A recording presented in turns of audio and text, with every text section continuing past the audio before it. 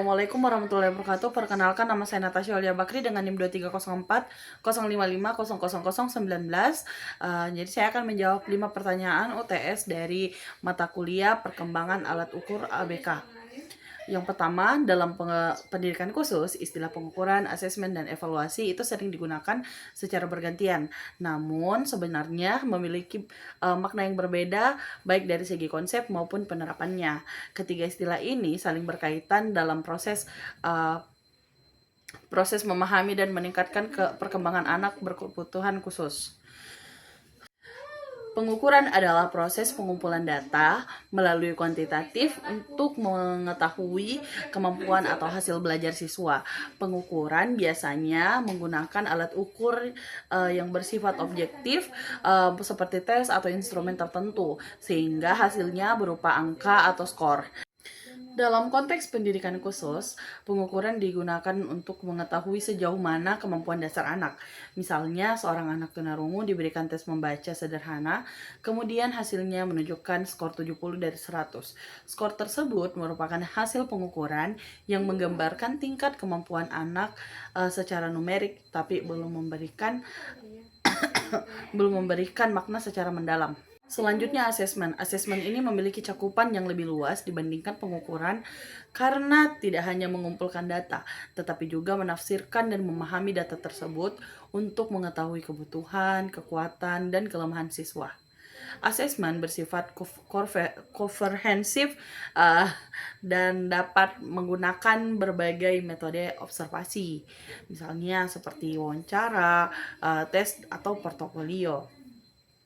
Dalam pendidikan khusus, asesmen sangat penting untuk merancang program yang sesuai dengan pembelajaran dengan kebutuhan individu. Contohnya, guru melakukan observasi terhadap anak tunagrahita dalam kegiatan belajar, melakukan wawancara dengan orang tua, serta memberikan tes kemampuan dasar. Hasil dari berbagai data tersebut kemudian dianalisis untuk menentukan bahwa anak membutuhkan pembelajaran dengan pendekatan konkret dan pengulangan intensif. Selanjutnya ada evaluasi. Evaluasi merupakan proses pengambilan keputusan berdasarkan hasil asesmen dan pengukuran untuk menilai keberhasilan suatu program atau pembelajaran. Evaluasi berfungsi untuk menentukan apakah tujuan pembelajaran telah tercapai serta untuk merencanakan tindak lanjut. Dalam pendidikan khusus, evaluasi digunakan untuk menilai efektivitas program pendidikan individual seperti PPI. Misalnya setelah dilakukan intervensi selama 1 semester pada anak dengan kesulitan belajar, guru mengevaluasi apakah kemampuan membaca anak itu mengalami peningkatan. Jika terjadi peningkatan yang signifikan, maka program dianggap berhasil. Namun, jika belum berhasil, maka perlu dilakukan revisi strategi pembelajaran. Secara analisis, dapat disimpulkan bahwa pengukuran hanya berfokus pada data kuantitatif, asesmen itu mencakup proses pengumpulan dan interpretasi data secara menyeluruh, sedangkan evaluasi berorientasi pada pengambilan keputusan. Dalam konteks ABK, ketiga proses ini sangat penting dan saling melengkapi. Karena tanpa pengukuran tidak ada data yang objektif. Tanpa asesmen tidak ada pemahaman yang mendalam. Tanpa evaluasi tidak ada perbaikan dalam layanan pendidikan. Yang kedua itu adalah pengembangan alat ukur dalam pendidikan khusus merupakan proses sintesis untuk merancang instrumen yang mampu mengungkapkan kemampuan, kebutuhan, dan karakteristik anak berkebutuhan khusus secara akurat.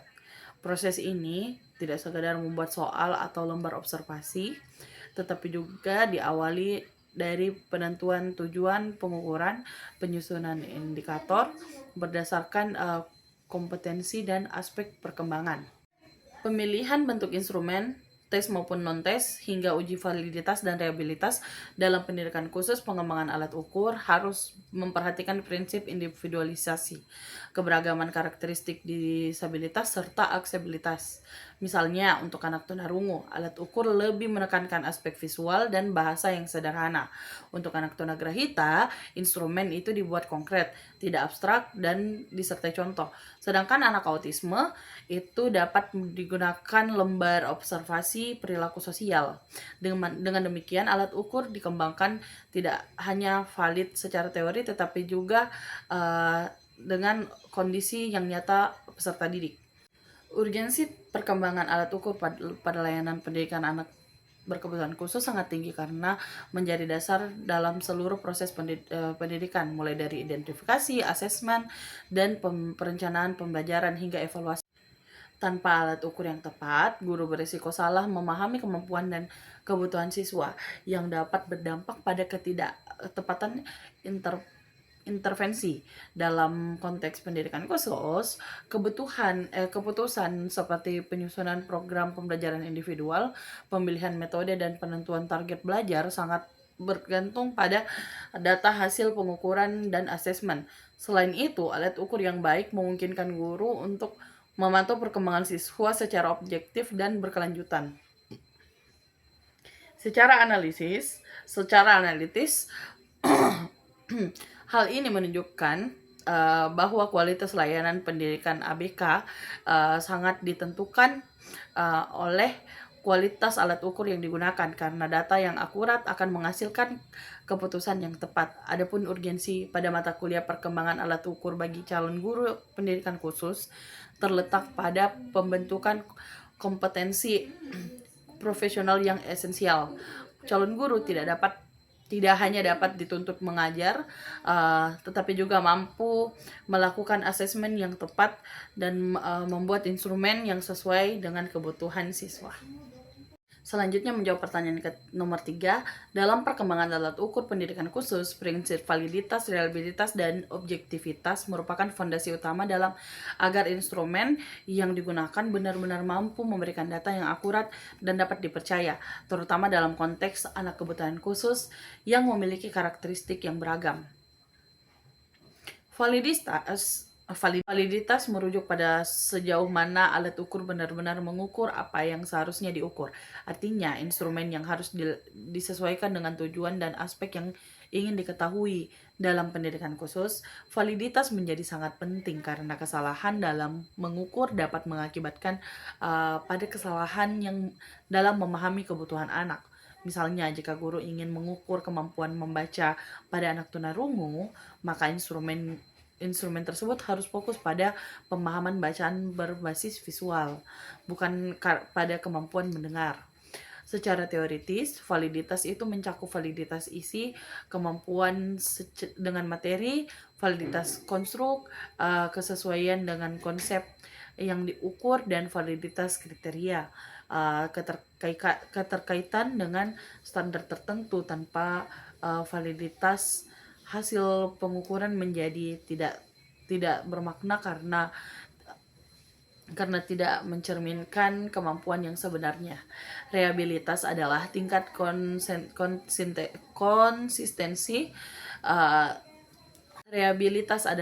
konsistensi hasil pengukuran. Sebuah alat ukur dikatakan reliable jika memberikan hasil yang relatif ketika digunakan berulang kali dalam kondisi yang sama. Dalam pendidikan khusus, reliabilitas penting karena kemampuan anak dapat dipengaruhi oleh kondisi emosi, lingkungan, dan atau kesehatan. Oleh karena itu, instrumen harus mampu meminimalkan ketidakstabilan hasil. Contohnya, jika seorang anak diuji kemampuan berhitungnya pada 2 waktu yang berbeda dengan kondisi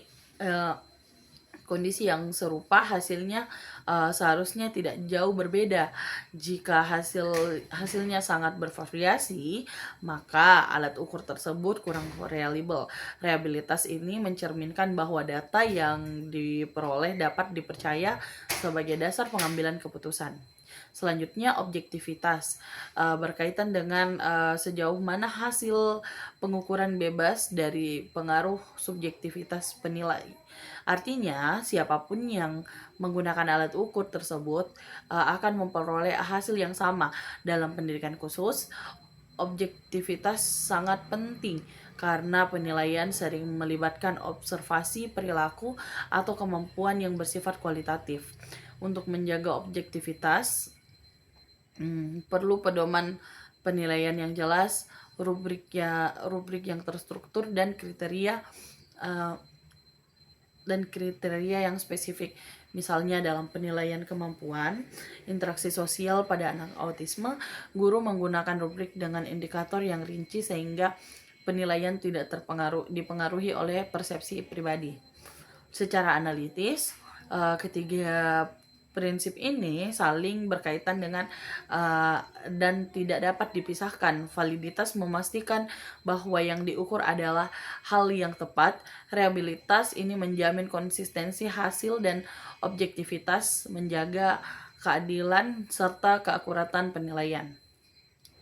Selanjutnya, nomor 4, dalam perkembangan instrumen untuk mengukur aspek sosial pada anak autis, guru perlu memahami bahwa karakteristik anak autisme sangat mempengaruhi cara mereka berinteraksi dan merespon lingkungan sosial. Oleh karena itu, pengembangan instrumen tidak bisa disamakan dengan anak reguler, melainkan harus sesuai dengan profil kebutuhan dan perilaku khas anak autis. Secara karakteristik, anak autis umumnya mengalami hambatan dalam komunikasi sosial dan interaksi timbal balik. Mereka cenderung kesulitan dalam melakukan kontak mata, memahami ekspresi wajah, dan serta merespon ajakan interaksi dari orang lain. Selain itu, anak autis sering menunjukkan perilaku yang repetitif dan memiliki minat yang terbatas, sehingga interaksi sosialnya cenderung pada satu arah ataupun bahkan menghindar. Dalam beberapa kasus, anak juga kesulitan memahami aturan sosial seperti bergiliran, berbagi, atau memahami perasaan orang lain atau seperti empatinya. Karakteristik ini menunjukkan bahwa aspek sosial pada anak autis ini tidak hanya tentang kemampuan berinteraksi, tetapi juga tentang kualitas dan kebermaknaan interaksi tersebut. Berdasarkan karakteristik tersebut, aspek yang diukur dalam instrumen sosial anak autis dapat mencakup beberapa hal utama, seperti yang pertama, kemampuan interaksi sosial dasar, seperti kontak mata, respon terhadap panggilan, dan keterlibatan dalam aktivitas bersama. Kedua, kemampuan komunitas sosial, baik verbal maupun non-verbal, seperti penggunaan bahasa, gestur, dan ekspresi. Ketiga, kemampuan memahami norma sosial, misalnya bergiliran, mengikuti instruksi sosial, dan memahami emosi orang lain. Keempat, inisiatif sosial, kemampuan anak untuk memulai interaksi tanpa harus diarahkan. Akhir, yaitu jawabannya adalah temuan bahwa beberapa butir instrumen tidak dapat dipahami oleh peserta didik yang merupakan indikasi penting bahwa kualitas instrumen perlu ditinjau kembali, terutama dalam konteks anak berkebutuhan khusus yang memiliki karakteristik yang beragam. Secara analitis, penyebab utama ketidakpahaman butir dapat berasal dari beberapa faktor, yaitu bahasa yang digunakan terlalu kompleks atau tidak sesuai dengan tingkat perkembangan kognitif dan bahasa anak. Pada ABK seperti tunagrahita ataupun anak autis, penggunaan kata panjang itu istilah abstrak atau struktur bahasa yang rumit akan menyulitkan pemahaman. Kemudian ketidaksesuaian konteks soal dengan pengalaman nyata anak. Jika butir soal menggunakan situasi yang tidak familiar, anak akan kesulitan memahami makna yang dimaksud.